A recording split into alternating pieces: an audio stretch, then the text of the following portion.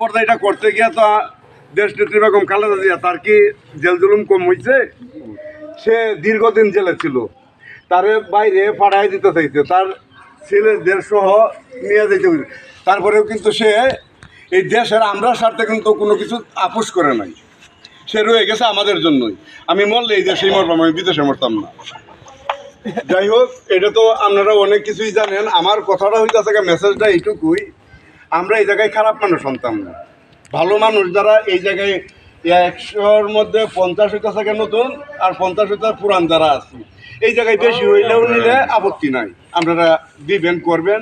এই জায়গায় আপনাদের বিএনপির গুজগাঁও বিএনপির আহ্বায়ক সাহেব আছে, সদস্য সচিব আছে, যুগ্ম আহ্বায়ক যারা আছে, কমিটির লোকজন তো আছে, তারার সমন্বয়ে সুন্দরভাবে করবেন। এই জায়গায় যদি কোনো দুষ্ট লোক বা আওয়ামী লীগের একটা লোক দেয়াল লাইন বাদে ওই যে ছবিটা তুললো, এটার দায়ভার কিন্তু আপনাদের নিতে হবে, দায়ী এরাইটার তাই না।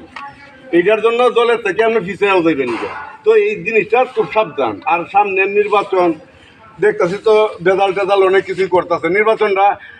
নির্বাচনটা কেন 17 বছর কি বিএনপি নির্বাচনই তো চাইছে, নির্বাচন শেখ হাসিনা দিচ্ছে না, তো তার মতোই দেওয়ান লাগবো।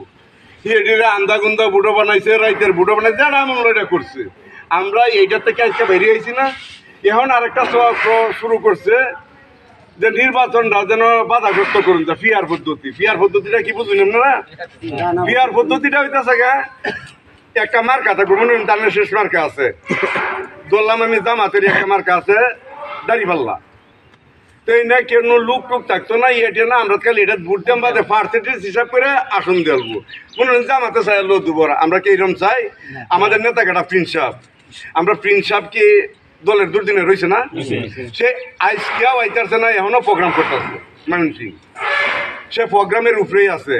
তাইলে পরে তার হাতটা শক্তিশালী হইলেই তো খালেদা জিয়ার হাত শক্তিশালী হইব। আর এই জায়গায় আপনারা যদি শক্তিশালী করেন, তাদের হাত শক্তিশালী হইব, তারাটা হইলে আমাদেরটা হইব। তো আমরা যেন সুন্দরভাবে থাকতে পারি একসাথে, এবং আরও যদি ঝামেলা হয় আমরা একসাথে থাকলে এটা প্রতিহতও করতে পারবো। তো আমার আহ্বানটা হইতেছে আমরা কোনো জোগ্রাফের সাথে যেতাম না, আমরা তো ক্ষমতা এখনো হয়েছে না, আমরা একটা ঝামেলার থেকে স্বস্তি পাইছি, যারা সরকারের যে জুলুম নির্যাতন করতো, এই নির্যাতন থেকে আমরা বন্ধ হয়েছি না, এটাই তো আল্লাহটা হাজার শুক্রিয়া।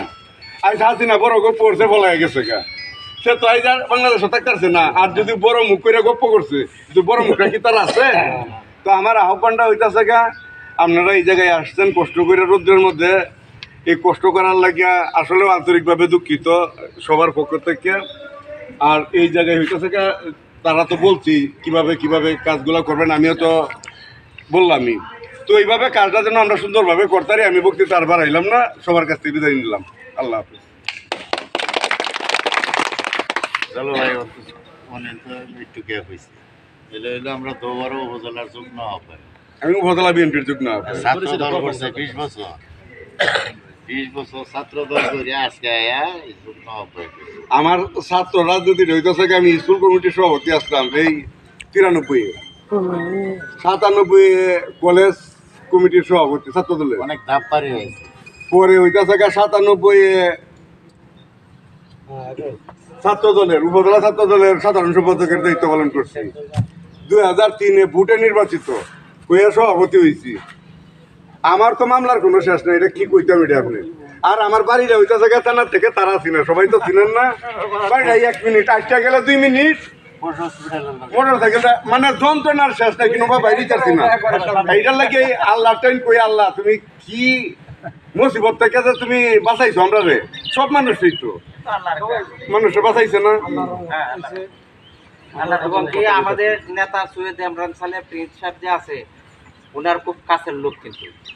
আর বিশেষ করে ভাইও আমাদের ঘুষগাঁও ইউনিয়নে একজন ভালো লোকের দায়িত্ব দিচ্ছে, আমরা কিন্তু একজন ভালো লোক পাইছি। আমরা ঘুষগাঁও ইউনিয়নে কথার মূল্যায়ন পাইবা, বুঝছেন, যেই যান বিশেষ করে আপনারা বাড়িতে আমার একটা দাবি থাকবো, আমি হয়তো এই যে আজকে দেখতেছি চিনতাম না, দেখলে ডাক দিন যে আমি দেখবেন আমার আপনারা অনুরোধ ডাক পাইন, আমি থামবা। হয়তো বা এর মধ্যে দেওয়া হইলো কই জানি দেখছি, আসলে তো সবাই ওইভাবে ইয়েটা হয় না। দিলে খুব ভালো লাগবে, দলের পরিচয়টা দিলে আসলে খুব ভালো লাগবে, এটা তো আমরা কেউ আত্মীয় স্বজন না।